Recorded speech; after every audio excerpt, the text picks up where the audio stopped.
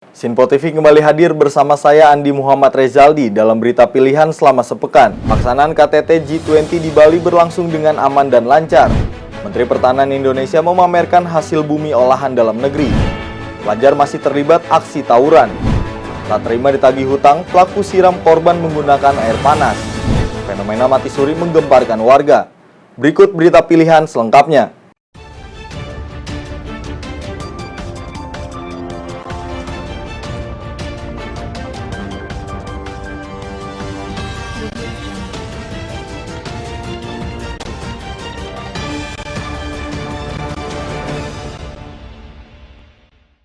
Pimpinan negara yang tergabung Forum KTT G20 di Bali sudah mendarat sejak awal pekan.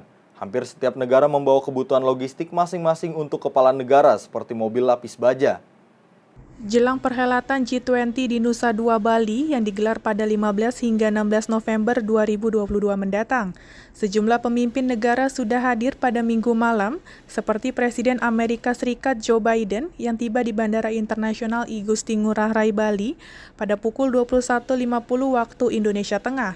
Orang nomor satu di negeri Paman Sam itu tiba di Bali menggunakan pesawat kebanggaan Amerika Serikat Air Force One, dan ketibaan Joe Biden disambut oleh Menteri Pariwisata Sandiaga Uno. Tari pendet yang juga merupakan tarian dari Bali juga turut menyambut kedatangan pemimpin negara adidaya itu.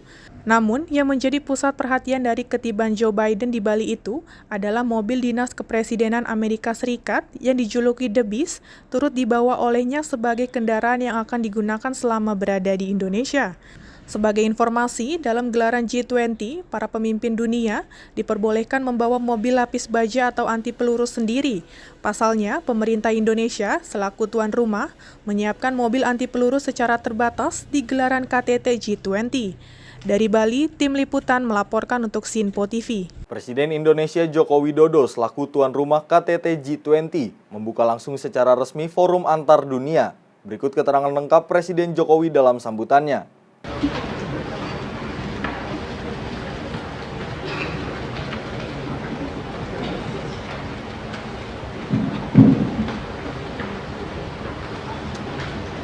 Yang mulia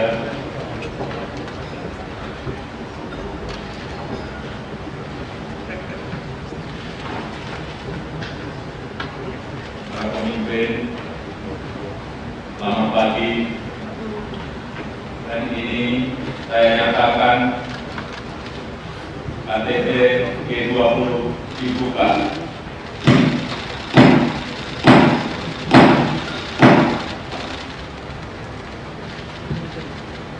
Selamat datang di Bali, selamat datang di Indonesia. Merupakan kehormatan bagi Indonesia untuk menjadi tuan rumah KTT G20. Saya paham perlu upaya yang luar biasa agar kita dapat duduk bersama di ruangan ini.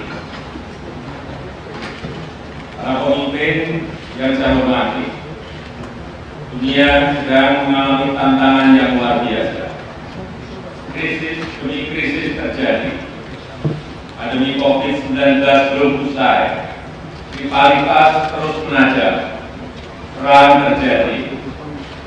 Dan dampak berbagai krisis tersebut terhadap ketahanan pangan, energi, dan keuangan sangat dirasakan dunia, terutama negara berkembang. Masalah pupuk jangan disepelekan.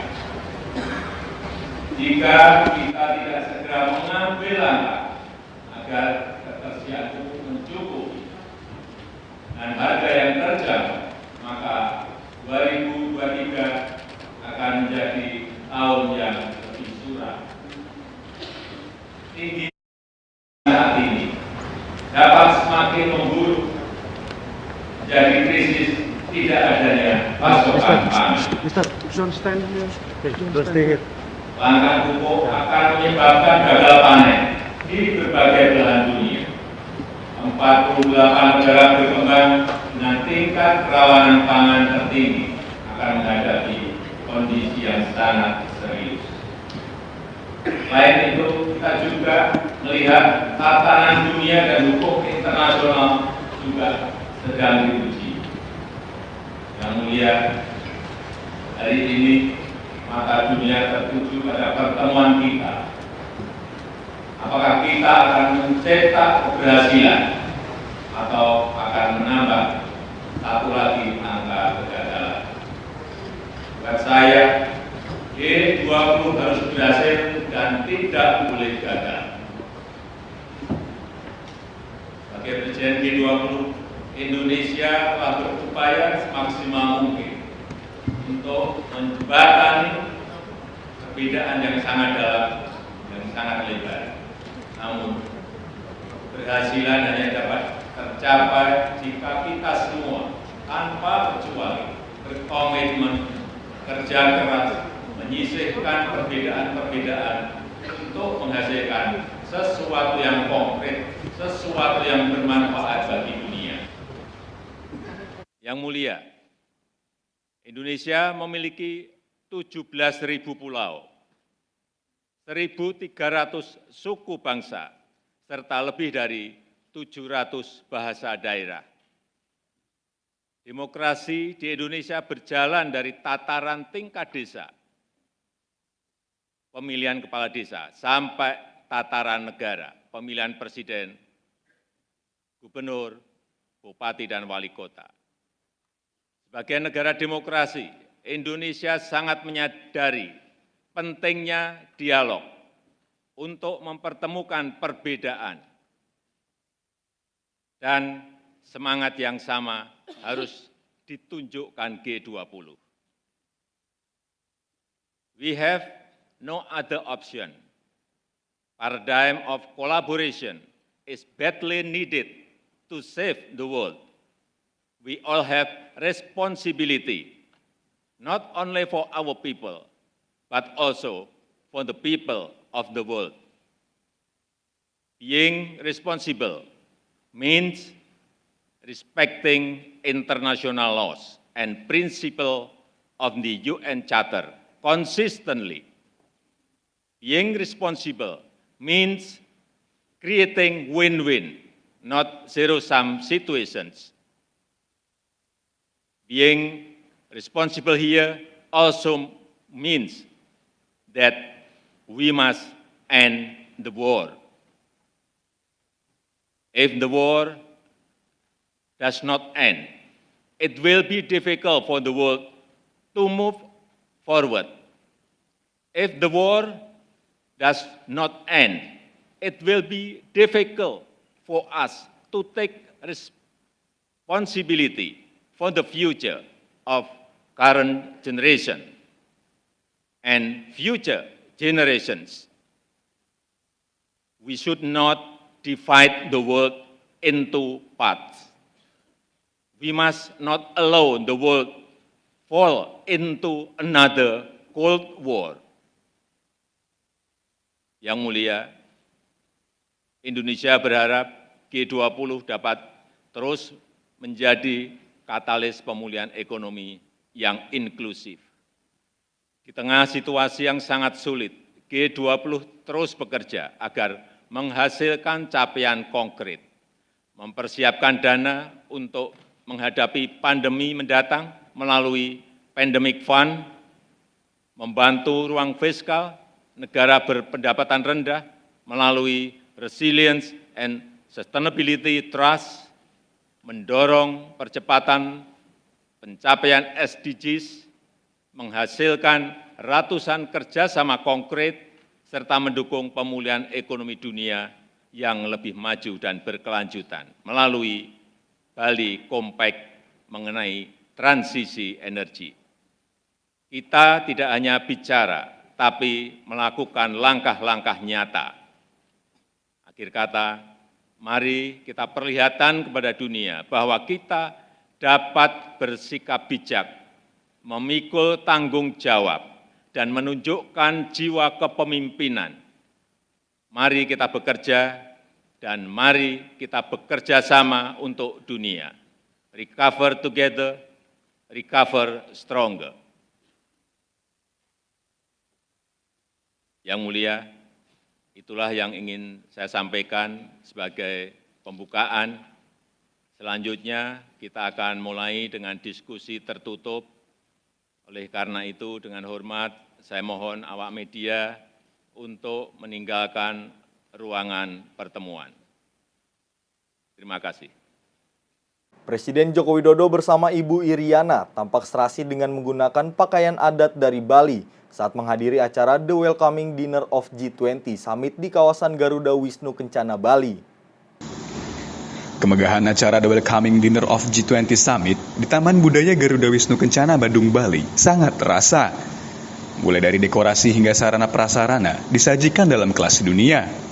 Tamu undangan yang hadir nampak menikmati acara yang disajikan oleh tuan rumah, dalam hal ini Indonesia. Bertindak sebagai tuan rumah, Presiden Joko Widodo bersama Ibu Negara Iriana tampak serasi dengan mengenakan pakaian adat dari Bali. Presiden Jokowi dan Ibu Iriana pun menyambut kedatangan dari para pemimpin negara yang hadir di lokasi satu persatu yang nampak menggunakan pakaian batik. Dalam pidato singkatnya untuk mengawali welcoming dinner, Presiden Jokowi menjelaskan bahwa area jamuan makan malam ini adalah di bawah patung Garuda Wisnu Kencana, di mana patung GWK ini melambangkan cinta, tanggung jawab, keberanian, dan pengabdian. Sementara area untuk jamuan para pemimpin dunia bertempat di Lotus Pond atau dikenal dengan alun-alun utama Garuda Wisnu Kencana. Nampak Garuda Wisnu Kencana yang megah ini disulap menjadi semakin cantik dan mempesona guna menyambut para pemimpin dunia. Dalam acara Welcoming Dinner and Performance G20 menyuguhkan berbagai penampilan seperti tari-tarian tradisional yang ada di Indonesia. Tidak lupa juga iringan musik tradisional khas Indonesia seperti dangdut dan alunan musik upbeat sukses menghibur para tamu.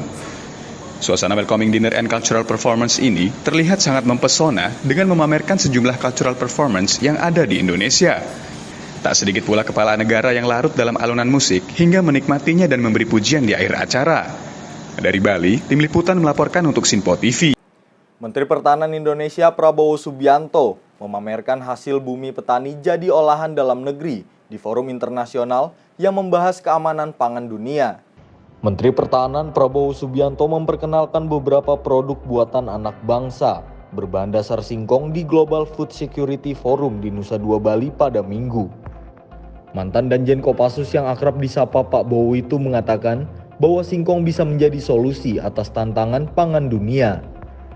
Pak Bowo menunjukkan bahwa anak bangsa Indonesia mampu memproduksi singkong menjadi berbagai macam produk makanan siap saji. Menurutnya singkong memiliki keunggulan karena efisien, bahkan hal tersebut pernah diutarakan oleh Bill Gates di hadapan publik. Ancaman terhadap ketahanan pangan dunia dapat dilihat dari pasokan gandum dunia yang tidak stabil akibat konflik Rusia-Ukraina. Di kesempatan yang sama, bersama dengan Pak Bowo, Purnawirawan Jenderal Angkatan Darat Amerika Serikat Wesley Clark menyatakan sepakat dengan gagasan Menteri Pertahanan Pak Bowo terkait singkong menjadi salah satu solusi terhadap ketahanan pangan dunia. My favorite topic actually is cassava. But this is also Bill Gates' favorite crop. I think cassava will prove to be the savior crop of the world. Indonesia, I think, can become the foremost producer of cassava. Cassava is now a strategic food crop. It can produce the replacement for wheat, for pasta, noodles, etc., bread. Here I've example. This is already in production by our entrepreneurs. We are producing pasta from cassava. This Korean beef mushroom, cassava. Instant noodles, rasa mie goreng, cassava. Tim Liputan melaporkan untuk Sinpo TV. Misteri tewasnya satu keluarga hingga mengering dan membusuk dalam sebuah rumah masih didalami penyelidikan oleh kepolisian. Kali ini tim Puslapor yang melakukan olah TKP untuk mengetahui suhu ruangan di kamar dan ruang tamu agar prediksi waktu jasad membusuk dapat diketahui. Dengan menggunakan satu mobil SUV, 5 orang dari Puslapor Mabes Polri mendatangi rumah 4 korban tewas misterius di Komplek Perumahan Citra Garden 1, Extension Kalideres, Jakarta Barat, sore tadi. Kedatangan petugas untuk kembali melakukan olah TKP lanjutan. Dengan menggunakan humidity dan termometer, petugas melakukan cek suhu di 3 ruangan, kamar belakang, kamar depan, dan ruang tamu, tempat tewasnya keempat korban. Pengecekan suhu ini dilakukan petugas secara tertutup selama kurang lebih 1 jam. Kasubdit Tiksiologi Lingkungan Puslap 4 Bareskrim Polri, Kompol Faizal Rahman menuturkan, pengecekan suhu ini dilakukan untuk mengetahui tingkat kelembapan, di mana dari suhu itu tadi bisa diketahui berapa lama kematian korban dari proses pembusukannya.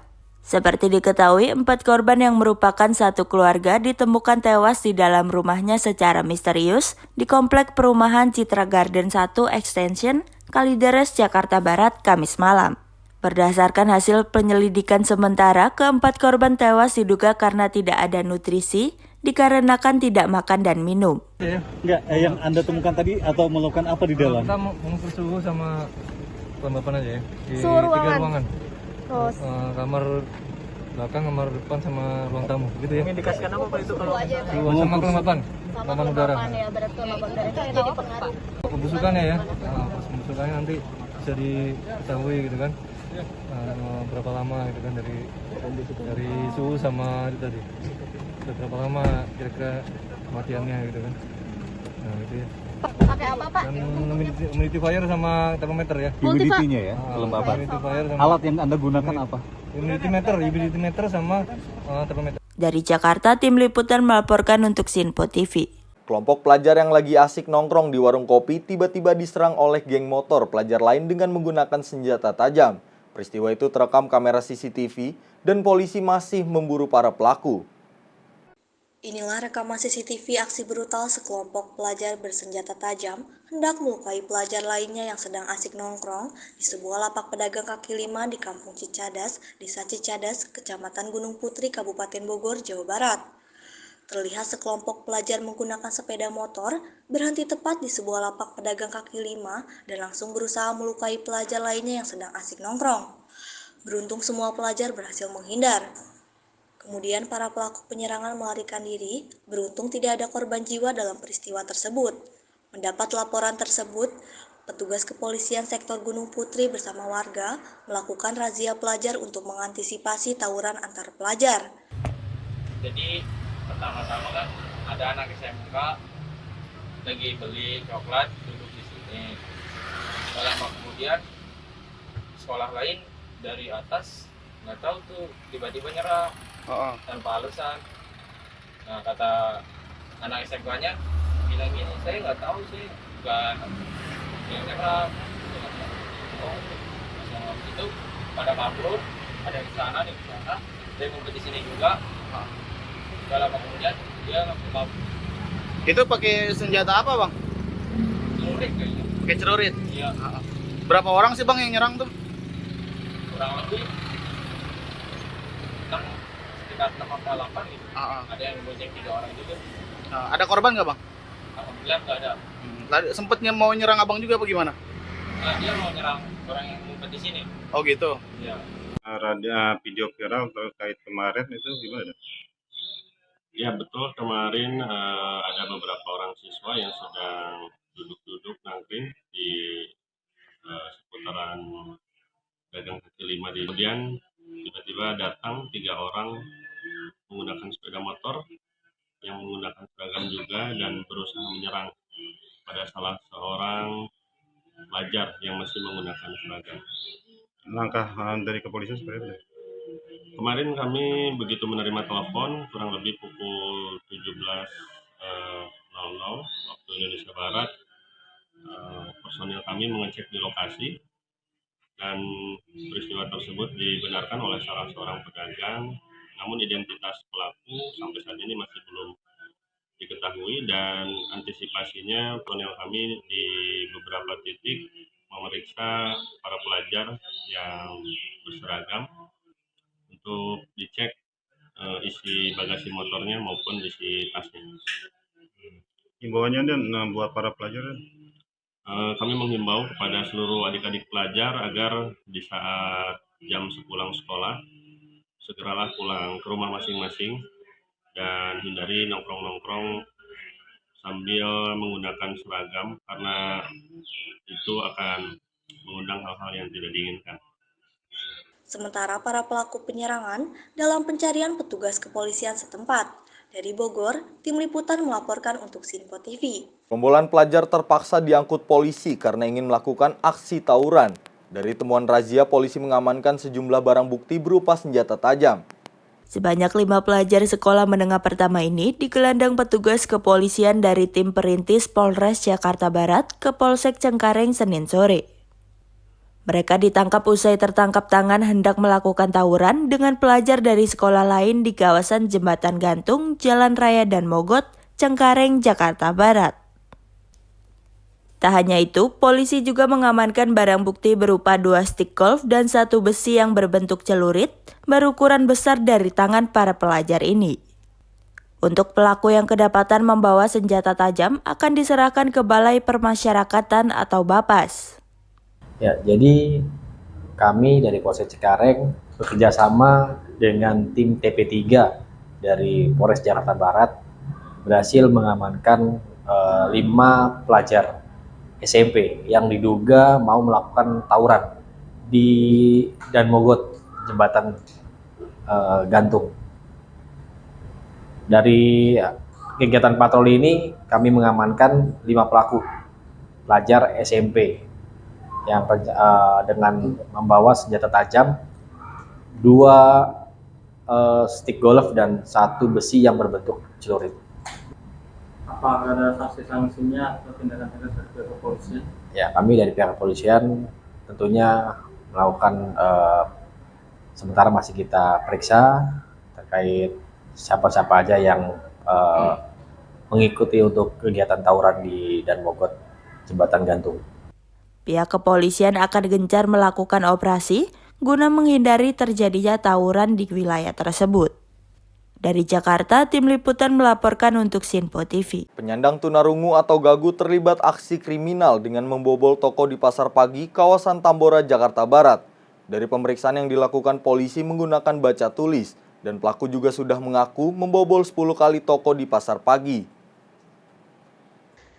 Dari rekaman kamera CCTV, pelaku terlihat turun dari atap pertokoan berlantai 4, lalu masuk dan membobol laci penyimpanan uang di lantai dasar toko kawasan pertokoan Pasar Pagi, Tambora, Jakarta Barat.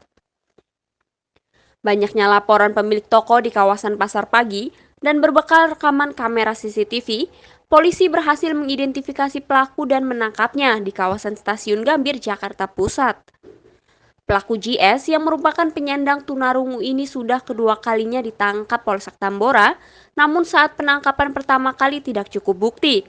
Dari hasil pemeriksaan, pelaku asal Karawang yang tak memiliki keluarga ini mengaku sudah membobol 10 toko yang berada di kawasan Pasar Pagi dengan total uang puluhan juta rupiah dan mengaku digunakan untuk kebutuhan ekonomi. Dari hasil pemeriksaan sementara bahwa uang hasil pencurian digunakan untuk keperluan ekonomi sehari-hari. Modus utama yang dia lakukan, yang pertama dia membobol trali dari toko tersebut. Kemudian apabila dia gagal membobol trali, dia membobol atap. Dari atap turun ke plafon, dari plafon kemudian baru dia turun ke bawah, mengacak-acak dan mengambil barang di lokasi tersebut.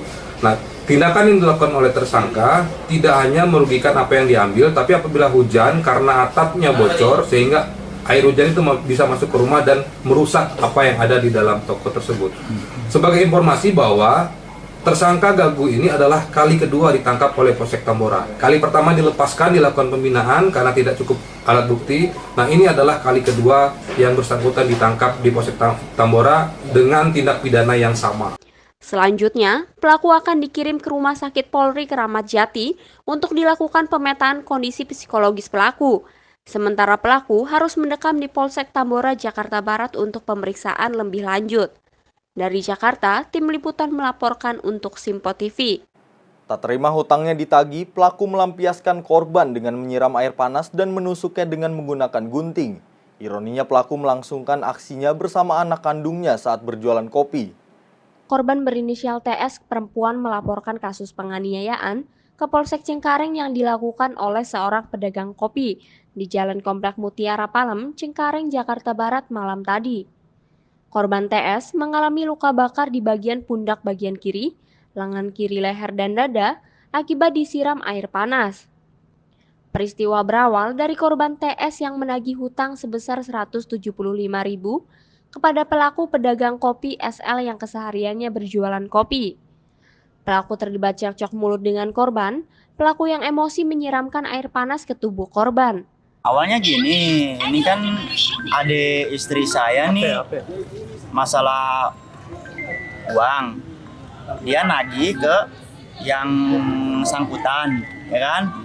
Pas baru nagih, belum ngomong apa-apa, udah ditusuk pakai gunting nih. Habis ditusuk pakai gunting, langsung digigit tangannya.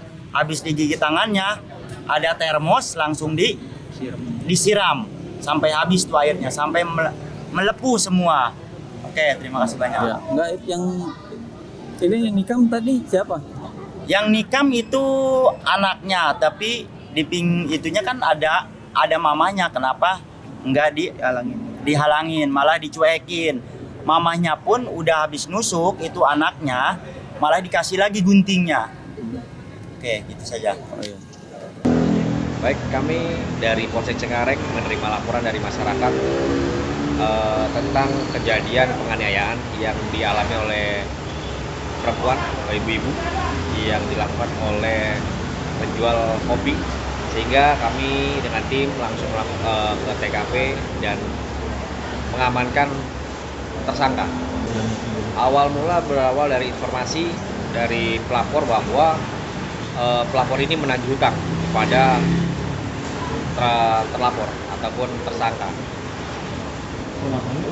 Iya, masalah hutang piutang ditagih, dia emosi, marah, akhirnya dia melakukan penyiraman air panas dan mengambil gunting sehingga ditusukkan ke pelapor.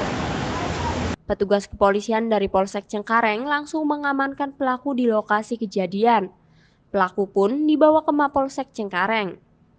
Polisi masih melakukan pemeriksaan intensif terhadap pelaku karena dugaan sementara pelaku masih di bawah umur dan mengalami keterbelakangan fisik. Dari Jakarta, tim liputan melaporkan untuk Simpo TV.